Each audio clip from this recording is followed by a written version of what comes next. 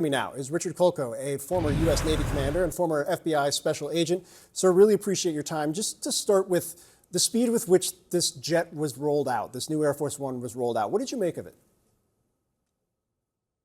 Well, we can look at how long it's taken to build the new 747s for the president. I think it's been 6 or 7 years, so it takes a good deal of time to prepare those aircraft for presidential travel. We think of 747s as transport airplanes or commercial airliners.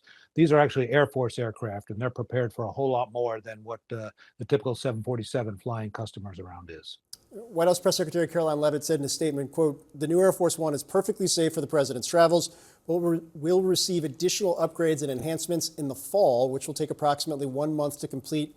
During that time, the president will fly on the old Air Force One." What is your sense of what enhancements would be needed at this point?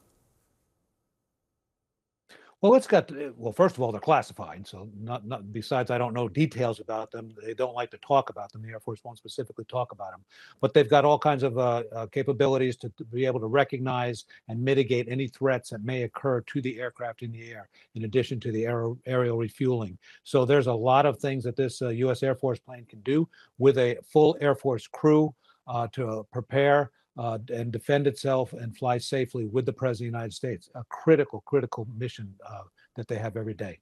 And they're extraordinarily good at what they do, having been on Air Force One a number of times.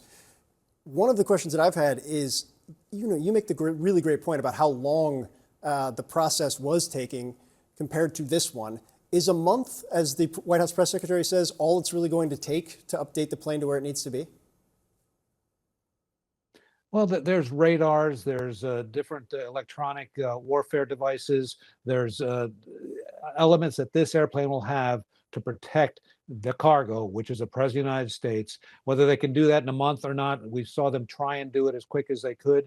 Flying domestically is probably a whole lot safer, but flying out of Turkey, where they were literally on the border with Iran while we're in conflict with Iran, and so they were within arm's reach of the enemy at this point, I can see that there was certainly concerns in that area. But once they got back to friendlier skies, they obviously made a decision that the president could fly on the aircraft at that point.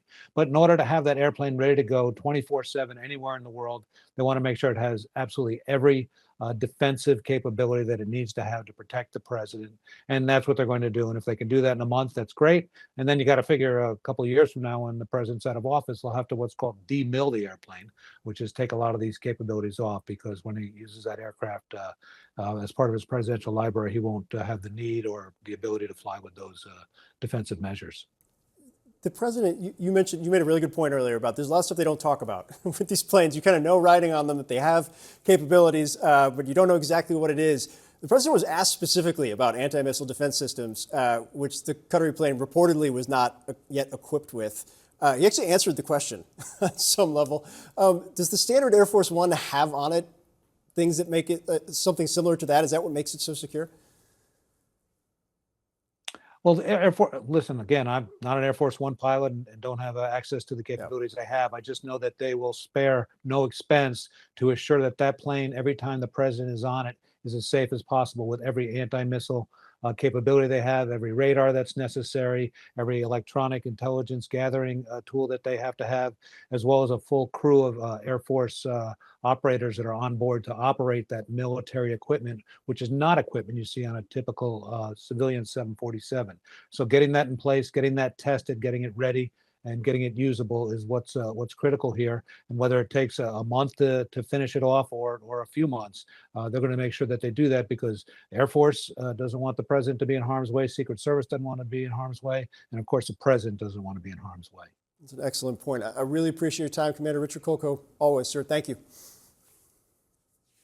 Thanks, Phil.